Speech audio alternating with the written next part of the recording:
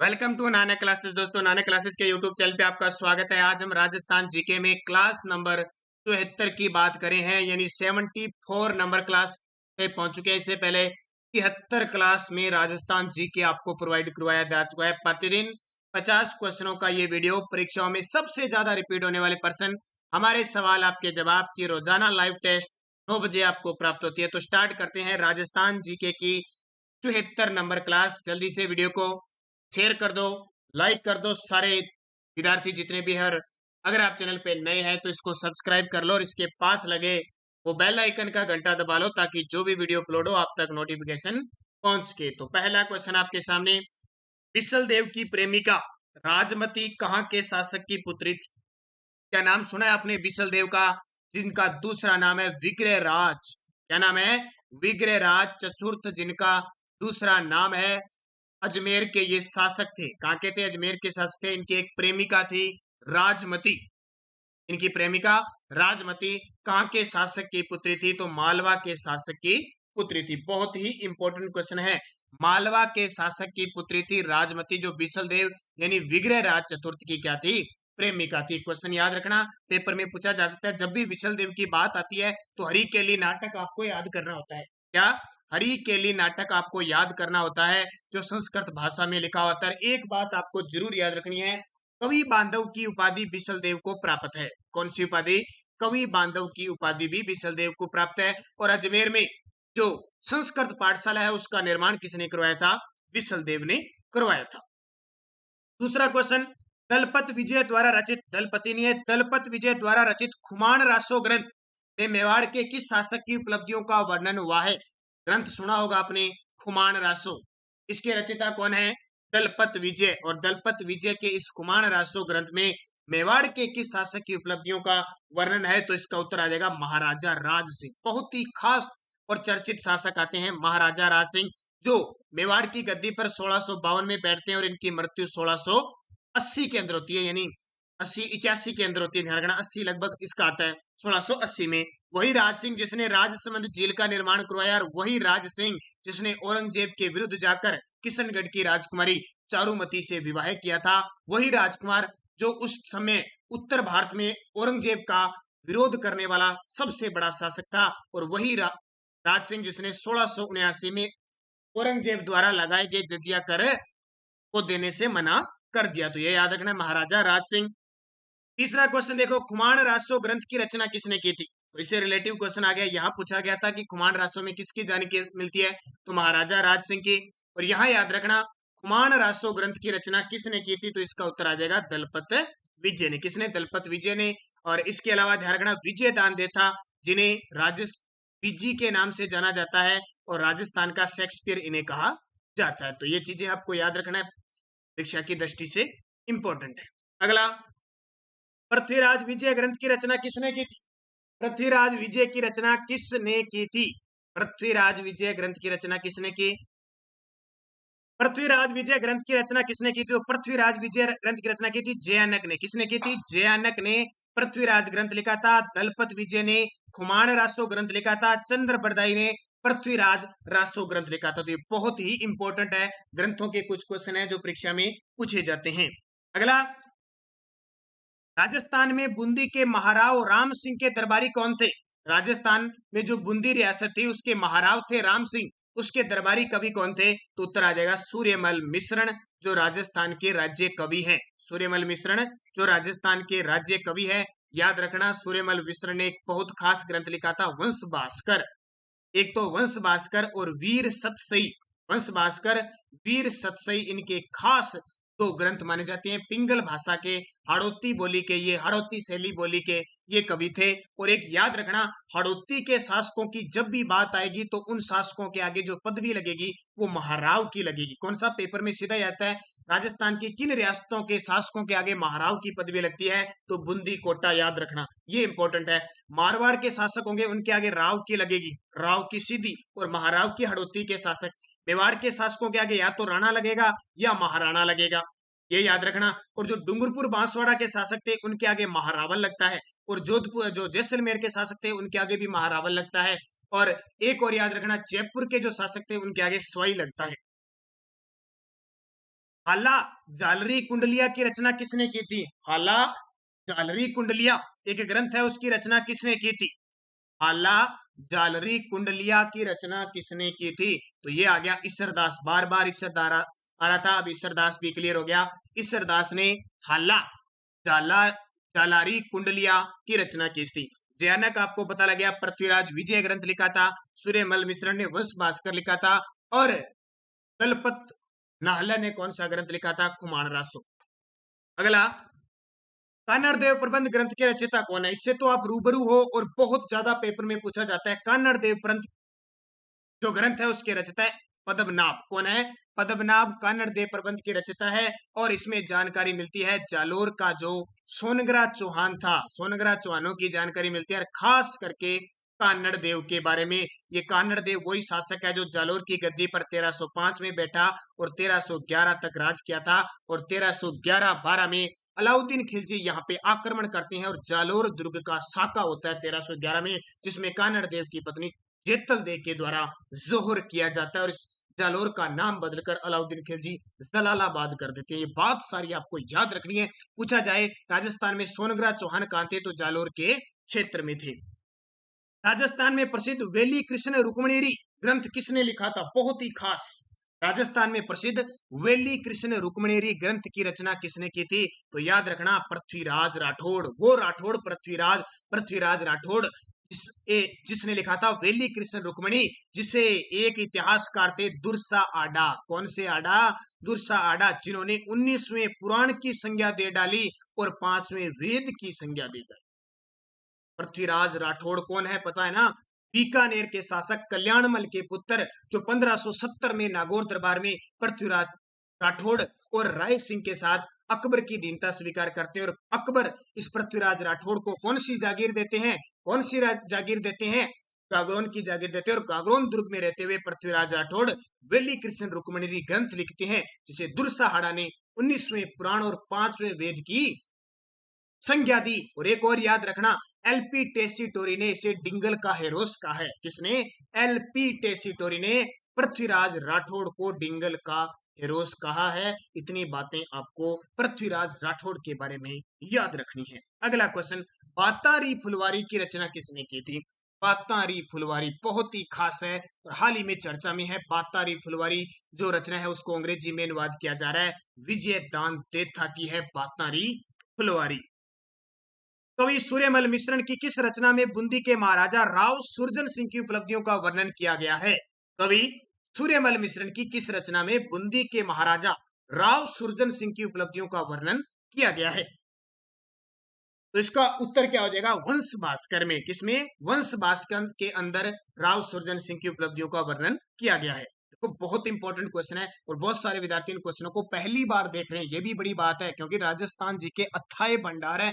पता नहीं इतना भंडार पड़ा हुआ। और एक खासियत है राजस्थान जीके की, जितने दिन पढ़ोगे उतने दिन याद रहेगा। छोड़ दिया सब कुछ भूल जाओगे। तो कंटिन्यूज रखना है। और जहां तक है आपको और पढ़ने की जरूरत नहीं है। आप मेरी क्लास 9 बजे की क्लास लेते रहे लगातार, कभी मत छोड़ना। और मैं भी नहीं छोड़ूंगा। अगर आपकी सपोर्ट रहती है तो मैं क्लास कभी नहीं छोड़ूंगा। हजारों क्लास लगा देंगे अपने राजस्थान जीके की। और सुबह 7 बजे करंट अफेयर्स की क्लास तो आप देखते देखते हो, छोड़ना मत। और इसके अलावा सूचना आपको फिर बता देता हूं, हमारी राजस्थान करंट अफेयर्स की लास्ट 6 मंथ की जनवरी से जून 2020 की ई बुक तैयार हो चुकी है। 1000 प्लस क्वेश्चन है, मुख्य तथ्य। और जनवरी, फरवरी, मार्च, अप्रैल, मई और जून हर मंथली वाइज मुख्य तथ्य क्वेश्चन है, एक एक चुन चुन कर डाले गए हैं। अगर किसी विद्यार्थी को खरीदनी है तो आप संपर्क करें 8094496272 पे। इस नंबर पे फोन पे, गूगल पे और पेटीएम की व्यवस्था है। इस नंबर पे आप 100 रुपए पे कीजिए और ये बुक प्राप्त कीजिए। इसके साथ आपको 2020 की भी प्राप्त होगी।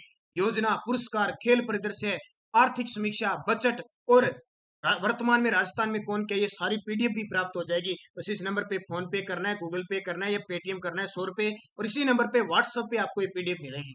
और कॉल ध्यान रखना, कोई भी इस नंबर पे कॉल करेगा तो उसकी कॉल नहीं उठाई जाएगी। इमरजेंसी में कॉल उठाएगी, बाकी नहीं उठाई जाएगी। तो याद रखना, बहुत खास है। राजस्थान के मेवाड़ और बाड़मेर में पुरुषों का सामूहिक वर्ताकार नृत्य को क्या कहते हैं? राजस्थान के मेवाड़ में प्रचलित है और बाड़मेर में प्रचलित है। और पुरुष है वो सामूहिक रूप से करते हैं। वो कौन सा नृत्य? गेर नृत्य। कौन सा?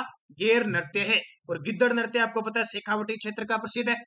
तेरह ताली नृत्य, तेरह ताली नृत्य कौन करती है?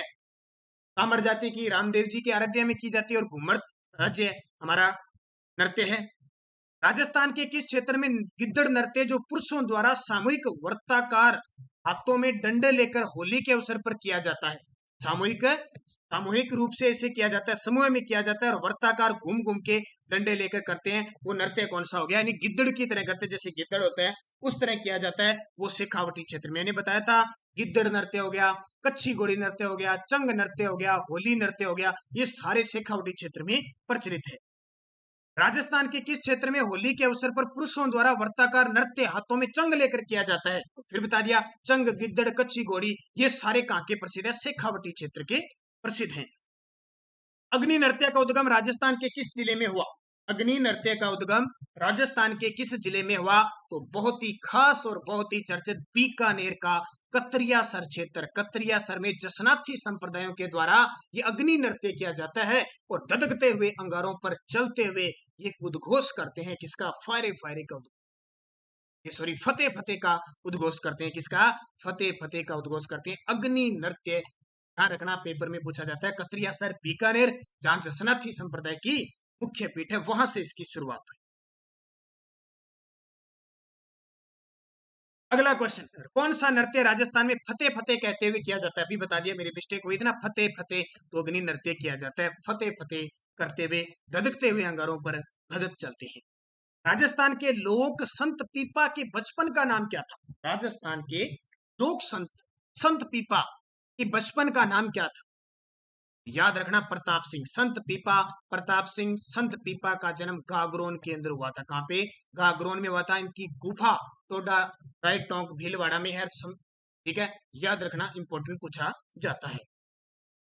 राजस्थान में पृथ्वीराज रासो की रचना किसने की थी? तो राजस्थान में पृथ्वीराज रासो चंद्रबरदाई ने। किसने? चंद्रबरदाई। ये सारंगदेव और इनका दूसरा नाम जोधराज भी था, जिन्होंने पृथ्वीराज हमीर रासो लिखा था। जोधराज और सारंगधर ने मिलकर क्या लिखा था? हमीर रासो लिखा था। ये याद रखना, पेपर में पूछा जाता है। राजस्थान में बिसल देव रासो की रचना किसने की थी? बिसल देव रासो देखो ग्रंथों से संबंधित है और मुख्य मुख्य वो ग्रंथ जो पेपर में पूछे जाते हैं। तो नरपति नाहला ने बिसल देव रासो की रचना किसने की थी? नरपति नाहला ने की थी। ये याद रखना, सीधा सीधा ये। राजस्थान में हमीर रासो व हमीर महाकाव्य की रचना किसने की थी? हमीर रासो व हमीर महाकाव्य की रचना किसने की थी? तो याद रखना, हमीर रासो की बात करते हैं तो सारंगदेव ने, या कह सकते हैं जोधराज ने। हमीर महाकाव्य लिखा था नयन चंद्र सूरी ने। किसने?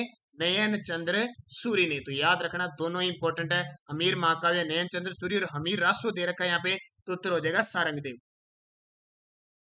बिसल देव की वीरता, पराक्रम, राजमती के साथ प्रेम का वर्णन किस कवि ने अपनी कृति बिसल देव रासो में किया? देखो आज संतुलित से पेपर एक जैसे क्वेश्चन से आपको मिलते जा रहे हैं। बिसल की वीरता, पराक्रम और राजमती के साथ प्रेम का वर्णन किस कवि ने अपनी कृति बिसल देव रासो में की? बिसल देव रासो लिखा था नरपति नाले ने। किसने? नरपति नाले ने। निम्न में से किस स्थान पर अरावली पर्वतमाला है वो 70 डिग्री का कोण का विस्तृत कोण बनाती है? वाह, कितना गजब क्वेश्चन है। निम्न में से किस स्थान पर अरावली पर्वतमाला 70 डिग्री का विस्तृत कोण बनाती है? बता दो भी जल्दी से, और टाइम मैं इसमें आपको जरूर दूंगा, आपके लिए छोड़ रहा हूं ये क्वेश्चन 1 मिनट के लिए। 70 डिग्री का विस्तृत कोण बनाती है विराट में।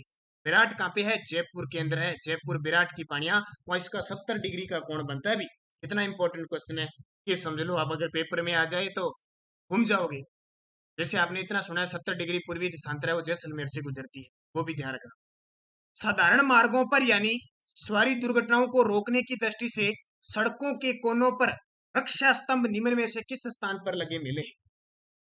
यानी साधारण जो मार्ग है उस पर दुर्घटना रोकने के लिए आज लगते हैं ना कि धीरे चलिए, विकट मोड़ है, मोबाइल का प्रयोग न कीजिए, शराब चलाकर गाड़ी न चलाइए, इस प्रकार की बहुत सारी चीजें लिखी होती है आज दुर्घटना से बचने के लिए। उसी प्रकार दुर्घटनाओं को रोकने की दृष्टि से सड़कों के कोनों पर, सड़कों जो कोने हैं वहां पे रक्षा स्तंभ निम्न में से किस स्थान पे लगे मिले हैं? ठीक है, आजकल तो वो डिवाइडर वगैरह वो लगे रहते हैं आजकल, ठीक है, वो लगे रहते। तो देखो किस सभ्यता से मिले, उस समय भी ये ध्यान रखा जाता था। तो इसका उत्तर हो जाएगा कालीबंगा से मिले। ये कालीबंगा सभ्यता घग्गर नदी के किनारे, बहुत बार बता चुका हूं फिर भी बता रहा हूं। घग्गर नदी के किनारे हनुमानगढ़ जिले में है। इसकी खोज 1952 में अमलानंद घोष ने की थी। बेराट से 8 किलोमीटर दूर पर स्थित कौन सा स्थान है जहां पर पत्थर मूर्तियों के निर्माण में आती है? उपयुक्त सिद्ध हुआ यहाँ की सिलावट मूर्तिकला भारत में विख्यात है। यानी बेराट से 8 किलोमीटर दूर है जहां पर क्या है, पत्थर निर्माण के लिए अत्यधिक उपयोग सिद्ध हुआ वो क्षेत्र, और सिलावट मूर्तिकला भारत में इसके लिए विख्यात है। तो याद रखना छितौली, कहां पे?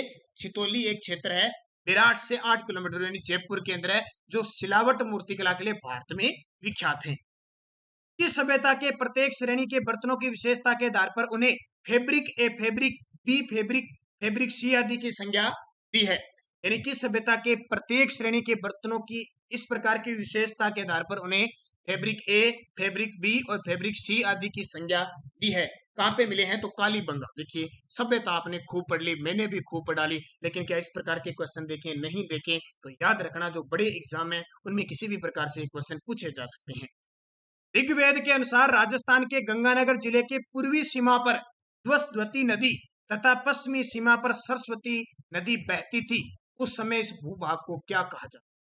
ऋग्वेद के अनुसार ये कहा जाता है कि गंगानगर के पूर्व में तो दसवती नदी, जिसको हम गग्गर कहते हैं, और पश्चिम सीमा पर सरस्वती नदी बहती थी। उस समय इस भूभाग को किस नाम से जाना जाता था? तो याद रखना उस समय इसको ब्रह्मवर्त के नाम से जाना जाता था। किस नाम से? ब्रह्मवर्त के नाम से। और योदे का क्षेत्र आपको पता है, हनुमानगढ़ वाला क्षेत्र है, उसको योदे कहा जाता था।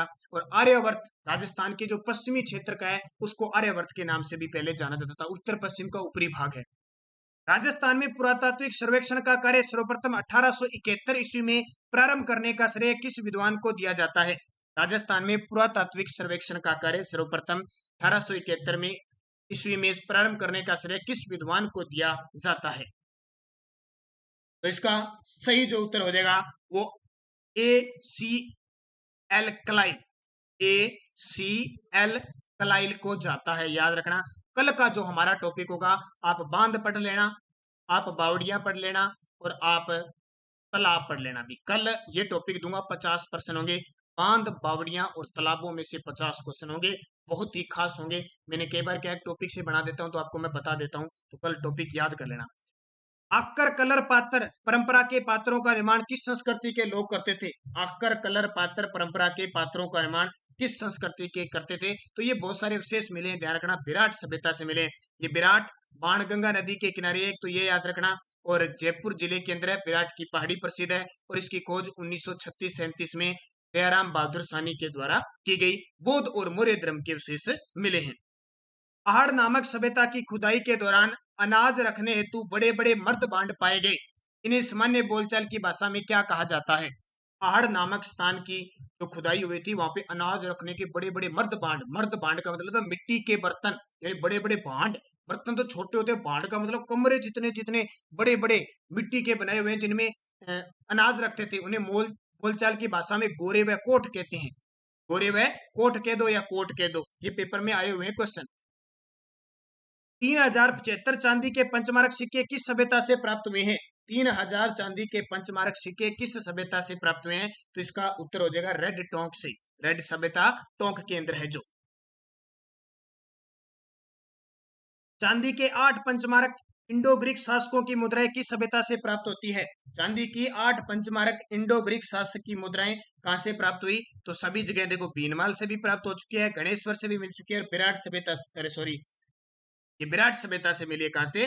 विराट सभ्यता से। टोटल आपको पता है 36 सिक्के मिले हैं, पंचमारक सिक्के मिले हैं, जिसमें तो 26 तो बताए जाते हैं कि इंडो ये यूनानी मिनेंडर शासक के थे, और जो 8 मिले हैं वो किसके मिले हैं?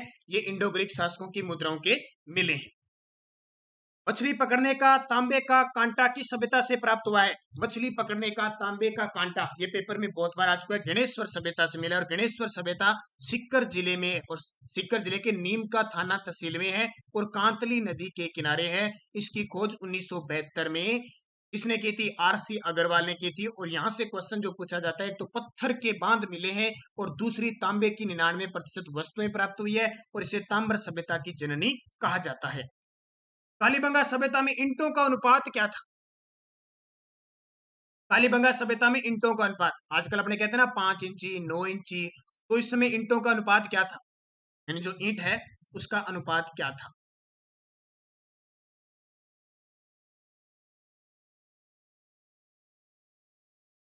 तो ध्यान रखना 4:2:1, 4:2:1, ठीक है, ये याद रखना। अगला, तांबे की कुल्हाड़ियां किस सभ्यता से प्राप्त हुई है। तांबे की कुल्हाड़ियां किस सभ्यता से प्राप्त हुई है, तो तांबे की जो कुल्हाड़ियां प्राप्त हुई आहड़ सभ्यता से। तांबे के जो कांटे हैं मछली पकड़ के वो गणेश्वर से मिले हैं, ये भी याद रखना पेपर में उल्टे सीधे, क्योंकि ताम्र नगरी किसको कहते हैं, आहड़ सभ्यता को, और ताम्र सभ्यता की जननी कहते हैं गणेश्वर सभ्यता को। आहड़ की बात आई है तो बेड़च नदी के किनारे, देखो जो सभ्यता की बात हो रही है मैं बता रहा हूँ, उदयपुर के अंदर स्थित है, और इसे धूलकोट और अगाटपुर के नाम से पुकारा जाता है। धूलकोट अगाटपुर, ब्रास संस्कृति के नाम से भी इसे पुकारा जाता है। किस सभ्यता को कालीबंगा प्रथम के नाम से जाना जाता है, किस सभ्यता को कालीबंगा प्रथम के नाम से जाना जाता है, और ये डॉक्टर दशरथ शर्मा ने कहा था। इसको, सोनथी को, और सोनथी कहाँ पे है, बीकानेर में। किस जिले में गुरारा सभ्यता स्थित है, गुरारा सभ्यता, गुरारा सभ्यता सिक्कर में है, कहाँ पे, गुरारा सभ्यता सिक्कर में, और गरदड़ा बूंदी में है। गिरिल परियोजना संबंधित है, जो गिरिल बाड़मेर केंद्र है वो किससे संबंधित है, तो ताप विद्युत से है। किससे है, ताप विद्युत से संबंधित, यानी कोयले से आधारित है ये। रखत, कांकड़, डांग और रूद ये सब किससे संबंधित है, वनों से, जीवों से, दोनों से, इनमें से कोई नहीं। रखत, कांकड़, डांग और रुद्र ये सभी किससे संबंधित हैं, याद रखना ये वनों से संबंधित है। ये शब्दावलियां है कुछ जो प्रयोग में ली जाती है। बिज्जक की पहाड़ी कौन सी सभ्यता से संबंधित है, तो ये पता ही आपको, बिज्जक की पहाड़ी। अब देखो क्वेश्चन, हमें पता है बिज्जक की पहाड़ी विराट सभ्यता है, लेकिन किससे संबंधित है, मौर्य काल से। मैंने कहा था ना, राजस्थान में जब भी नाम आ जाए मौर्य काल और बौद्ध काल का, तो उत्तर आपको विराट करना है। कौन सा करना है, विराट करना है। राज्य में न्यूनतम महिला साक्षरता वाला जिला, राज्य में न्यूनतम महिला साक्षरता वाला जिला, तो ध्यान रखना कल हमारा जो क्लास आएगी 75 नंबर की, जो 76 नंबर की क्लास आएगी ना, उसमें लगभग आपको 20 से 30 क्वेश्चन जनसंख्या से संबंधित मिलेंगे। जनसंख्या 2011 जनगणना के आधार पर, वो भी पढ़ लेना, बता देता हूँ। राज्य में न्यूनतम महिला साक्षरता वाला जिला कौन सा है, जालोर है न्यूनतम। आयुर्वेद विश्वविद्यालय कहाँ स्थित है, राजस्थान का प्रथम आयुर्वेद विश्वविद्यालय कहाँ पे है, जोधपुर के अंदर है। आपसे पूछिए राजस्थान का प्रथम होम्योपैथिक विश्वविद्यालय कहाँ पे है, वो जयपुर के अंदर है। ये याद रखना, पेपर में पूछा जाता है। राजस्थान में अब्रक ईंटों का निर्माण किस जिले में होता है, राजस्थान में अब्रक की जो ईंटें हैं उसका निर्माण भीलवाड़ा में होता है। अब्रक नगरी किसको कहते हैं, भीलवाड़ा को। कोट मंगलोद जो जिप्सम भंडार और खदानों के लिए सुप्रसिद्ध है, किस जिले में स्थित है, कोट मंगलोद जो जिप्सम भंडार और खदानों के लिए सुप्रसिद्ध है, किस जिले में स्थित है, कोट मंगलोद नागौर के अंदर है। कहाँ पे, नागौर जिले में है। कवई में सुपर थर्मल बिजली घर प्रोजेक्ट प्लांट लगाए जाने का राज्य सरकार द्वारा निर्णय लिया गया है, यह किस जिले में स्थित है, कवई नामक स्थान है जहां पे super thermal power plant project लगाए जाने का राज्य सरकार ने निर्णय लिया है। ये कहां पे है, बारां के अंदर। कहां पे है, बारां। ग्रासियों द्वारा किया जाने वाला नृत्य, ग्रासिया जनजाति, सबसे पहले आपको बताना चाहिए ग्रासिया जनजाति रहती कहां पे है, तो सिरोही में रहती है। कहां पे, सिरोही के अंदर रहती है। और सिरोही ग्रासिया जनजाति वालर नृत्य करती है। कौन सा, पेपर में दो प्रकार के आते हैं कि वालर नृत्य किस जिले का प्रसिद्ध है, तो आपका उत्तर होगा सिरोही। ग्रासिया जनजातियों का वालर, दोनों ही याद रखना। राजस्थान में किस नदी का अपवाह क्षेत्र सबसे बड़ा है, राजस्थान में किस नदी का अपवाह क्षेत्र सबसे बड़ा है, तो चंबल नदी का है। विश्व में पीहड़ क्षेत्र के लिए, उत्खाद भूमि के लिए, और डाकुओं की शरण स्थली के लिए, और इसके अलावा ये जो उत्पाद भूमि का बनाती है वृक्ष के आकार की बनाती है, ऐसे वृक्ष के आकार की विश्व प्रसिद्ध है चंबल नदी, राजस्थान की सबसे लंबी। 2011 की जनगणना के अनुसार राजस्थान का जनघनत्व कितना है, 2011 की जनगणना के अनुसार राजस्थान का जनघनत्व है 200, कितना, 200। चिरायु योजना का लक्ष्य है, चिरायु जो योजना है उसका लक्ष्य है वृद्धों के संरक्षण से, वृद्धाश्रम के संरक्षण से, वृद्धाश्रम व वृद्धों के संरक्षण से, इनमें से कोई नहीं। याद रखना वृद्धाश्रम व वृद्धों के संरक्षण दोनों से है। चिरायु योजना, चिराली योजना पूछे तो बालिकाओं से है, चिराली योजना बालिकाओं से है। चिरायु योजना वृद्धाश्रम व वृद्धों के संरक्षण के लिए है। राजस्थान में एयर कार्गो कॉम्प्लेक्स कहाँ स्थित है?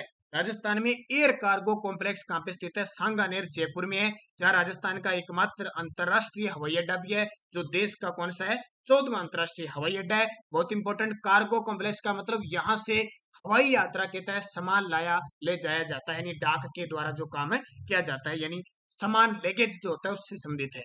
राजस्थान में मेवाड़ शुगर मिल की स्थापना कब हुई? राजस्थान में मेवाड़ शुगर मिल की स्थापना भोपाल में 1932 में हुई थी, निजी क्षेत्र की थी, ये भी याद रखना। और राजस्थान निर्यात संवर्धन के लिए सर्वाधिक महत्वपूर्ण संस्था कौन सी है? राजस्थान में निर्यात संवर्धन के लिए राज सिको है, जिसकी स्थापना 1961 में हुई थी। औद्योगिक क्षेत्र के लिए पूछे तो रिको है, जिसकी स्थापना 1980 में हुई थी। और आरएफसी जो वित्त निगम का काम करते हैं, उसकी स्थापना 1955 को हुई। इंपॉर्टेंट से इंपॉर्टेंट क्वेश्चन आपको 50 क्वेश्चन उपलब्ध करवाए। दोस्तों लगातार हमारी सीरीज जारी है, सीरीज कहीं नहीं टूटेगी। आप टेलीग्राम ज्वाइन कीजिए हमारा, Nanak classes Rajasthan current affairs, ताकि जब भी वीडियो अपलोड होती है नहीं होती है आपको उसमें सूचना मिले, पीडीएफ मिले, लिंक मिले, कोई भी सूचना मिले।